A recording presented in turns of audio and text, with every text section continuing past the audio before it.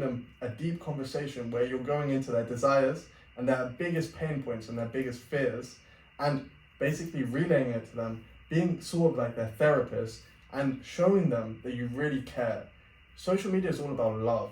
If you spread love, you're going to receive love. So you need to show love in order to receive a lot. And that's why on a sales call, you need to be really deep and be really meaningful when it comes to selling someone on something high ticket. Yeah, I mean, I haven't known you all that long, but I've seen a lot of the stuff you do. You know, I've seen you kind of ideas and your projects. You know, I've seen a few spreadsheets here and there. You know, just a few snippets of things. And I remember one time you showed me a clip of one of your sales calls actually, in which you signed someone, and it was just really interesting to watch that sort of negotiation, because the client that you were talking to at one point in the video did seem like fairly concerned and almost untrustworthy, because they didn't know you, and obviously this was over a Zoom call. So and it was interesting how you turned that around and reassured them and showed them, and also like you had, you know, you weren't caught off guard by their concerns, and you seemed very aware of, you know, what someone might think, you know, someone might worry about. And, you know, do you find that's a struggle when someone raises issues or like raises concerns that they have or questions, or do you see it as an opportunity and an inevitable part of business? So one of the biggest strategies in marketing and sales of any kind is always coming out with the objections that your audience may have before they even make the objections. So you need to sit down, put yourself in the shoes of your audience or your desired market, and think about what they're exactly going to object to and how they'd object to it. And then you take that and you think about how you can prove that their objection is just a false belief. You have to make sure that their limiting beliefs become different beliefs that you actually believe in, that will lead them to having a growth mindset. And you need to be able to implement them into your sales strategies and into your marketing strategies. So when you're posting on TikTok, if you keep getting the same comments saying like, I don't trust this guy, you need to make the start of one of your TikTok videos, I don't trust you, or you don't trust me, but this is why you should, and then come up with something that will deal with that objection. You need to be ready for whatever your target audience can throw at you when it comes to objections, and you need to be able to pivot and use this to your advantage. Because whenever you have an objection, it's not an actual bad thing as a business owner. It's an actual good thing, because you're able to see now what your market are concerned about, and you're able to capitalize on it, so you can get further ahead of your competition, because your competition doesn't know how to deal with that objection. And if you figure out how to deal with that objection, then suddenly you're better than your competition. So just take that into account. Okay. I want to ask you a random question. Just why not? So what would you say is the best city to live or work in the whole world? It doesn't have to be somewhere you've been either. Just what do you think is the best place, and why?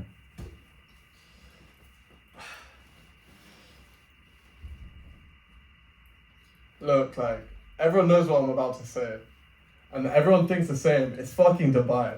Dubai is the best city in the world to work in, to live in, for whatever you want. Except what I think is you can't raise a family in Dubai.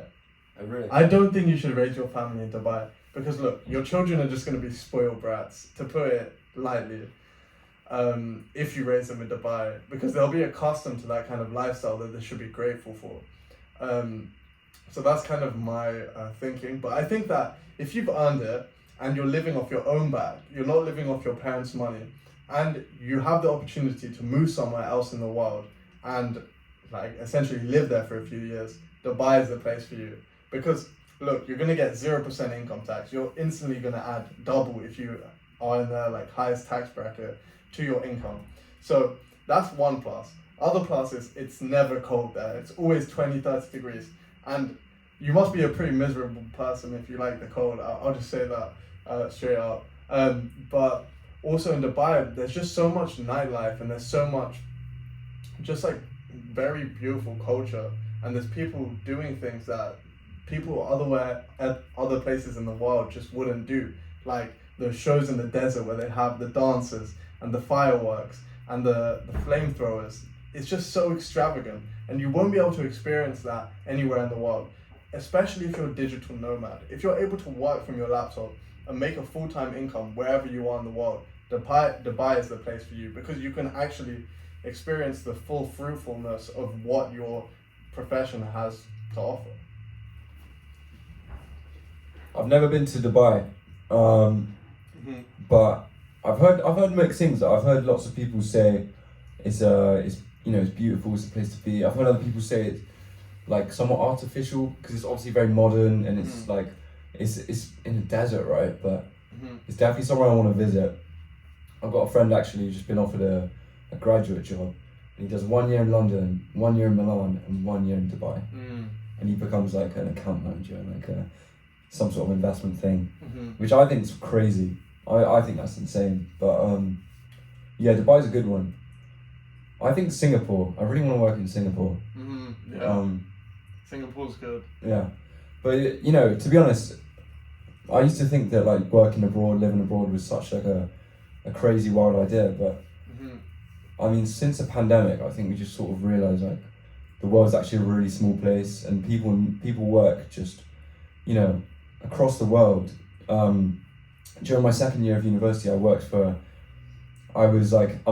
still doing it, but less so now. But back then, I was head of content for this website for like legal kind of case law and stuff.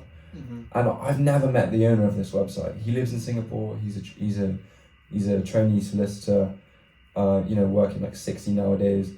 And so I was running the platform in terms of like getting everyone to write the case law and to summarize all these cases. And this opportunity came about through LinkedIn, and we did Zoom calls and we discussed stuff, and it just shows that like you can start businesses all across the world. I mean, you yourself, you worked with like suppliers in China, you've sold in America, employees in the Philippines. Yeah, you don't see a lot of the products as well that like that go into these customers, and you're able to do that. Employees in the Philippines, like it just shows like we're not bound by nation states, and the idea that even this discussion, like what's the best city to work in, you might argue that's limiting in some way. Yeah, like global interconnectedness and globalization, even since as short a time ago as the pandemic, has been on the rise, very much so. There's been so many businesses around the world that have only employees that are remote. And these businesses have been able to thrive even more than businesses that have people in offices working. And that creates some crazy opportunities for people everywhere in the world. You could work for a firm in London and be living wherever in the world you wanted to. Bali, Australia, Dubai, Mexico, it really doesn't matter. And this gives you freedom to think about things like where you should live and where you should work. And this opens up like so many different opportunities that people 50 years ago would have no idea of even thinking about. So I think it's crazy, like everyone says the pandemic was such a bad thing and so many people lost their lives, but so many opportunities have arisen out of the pandemic, and so many benefits that people wouldn't even think about before that have come about. And I think the pandemic was a big thing. I don't really want to get into the politics behind the pandemic because I have quite some controversial views on that. We can get into it though. But yeah, I think some good things came out of the pandemic, definitely. Actually, I wouldn't mind asking, because for my dissertation that I'm writing this year, I'm writing about the upcoming litigation about the student group claim, which is over 90,000 students in the UK are suing UK universities on the grounds that, for two reasons. So during the pandemic, we had facilities closed and in-person tuition cancelled for for over a year and a half. So that's like half of a lot of people's degrees is spent online when they. What my question to you is based, and the other thing as well is tuition. So because of a lot of strike action, let's say you have, I don't know, 100 lecture hours over the course of a year, up to like 55% of that has been like removed. Those face-to-face hours have been removed due to strike action. When you combine that with the pandemic, and which obviously wasn't the fault of the universities, right? It wasn't their fault. However, in the what do you think is the nature of a student contract between, because they are businesses, they're corporations, they're liable to lawsuits and stuff like that, just like any other business. Yeah. And they have a product and a service, and they provide value, right? And we give value for supposedly an education. But so my question is, and it's something that is really interesting for people to think about, is when you pay for university, what are you paying for? Is it a space? Is it a service? Is it a mode of communication? Do you think it matters that you're not allowed to enter the library because that they've closed off the library, you can't go in, that they've moved everything online when in the past you used to network with people and go to all these events? The Students' Union, which used to have all this funding, is not getting any events on this year. Do you think that's a central part of the university experience and the service that you bargain for, or would you argue that really it just boils down to tuition and therefore you can just do it on a Zoom call? What do you think? Alright, so I'm going to give my shallow answer first of all, and we're going to go with the fact that you pay for university for the vibes. Right. So that's what I think on the shallow side, but let's get into the deeper answer to this question. So when you pay for university, I think that you pay for not only lectures, not only the degree you're going to get, but the connections and the level of thinking that you'll achieve by going to university and partaking in all that university has to offer you. I think you pay for the transformation of turning from a child or a young adult into a motivated and matured adult, and you're able to generate like different types of thoughts. So if you got the day that you went into uni, right, and you got yourself the day you finished uni, and you asked yourself the same questions on both those days, that's what you pay for. You pay for your transformation of your thought processes. It's a good point, but what about the people who, let's say you have a philosophy student who goes into university thinking like, I'm going to become like Marcus Aurelius, I'm going to be Socrates after this degree because I'm going to study all these people and just become like change. And they find that maybe they don't work as hard as they wanted to, as they planned to, and maybe they don't really vibe with the, they find that the study wasn't fruitful. Do you think they have grounds to like sue a university if, for like not providing them with the value? Because that's the other thing as well, is you kind of get what you put into it as well, because there are students who go to university and find that they don't, some students think like, I didn't necessarily learn anything in my lectures today. You hear that all the time, like, yeah, I was just on my phone the whole time. You can't blame the lecturers for that, but that's why I see the access to facilities and the access to these spaces as centrally important. Not necessarily the transformation, which actually is kind of the end goal. Why do you go? Well, I want to learn and I will change my mind, and lots of people see it as an investment as well.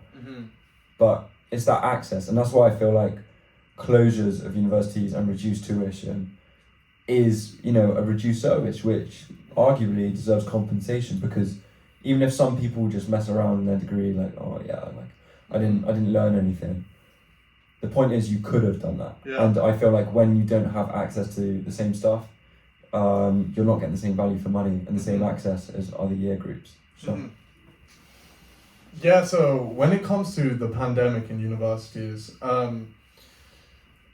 there's a lot to say, because the universities, they couldn't be held liable because they didn't know that the pandemic was going to happen. But I do believe that there should be a reduced fee for the years that were involved, because if you think about it, the human resources that have been deployed during the pandemic year have been far fewer than any other year, because all these lecturers don't have to go to their lectures, which means that they shouldn't technically be paid for their lectures, right?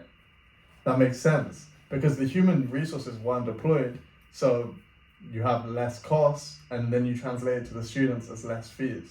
So I think that for the pandemic years, all that should happen is the fees should be reduced and they should be compensated like that. But there's a second argument to this, because you could say that all the graduates from the years that had the coronavirus, right, all still got their degree. So that could be part of what they're paying for, right? So it also could be said that they shouldn't be compensated because they were still able to receive a degree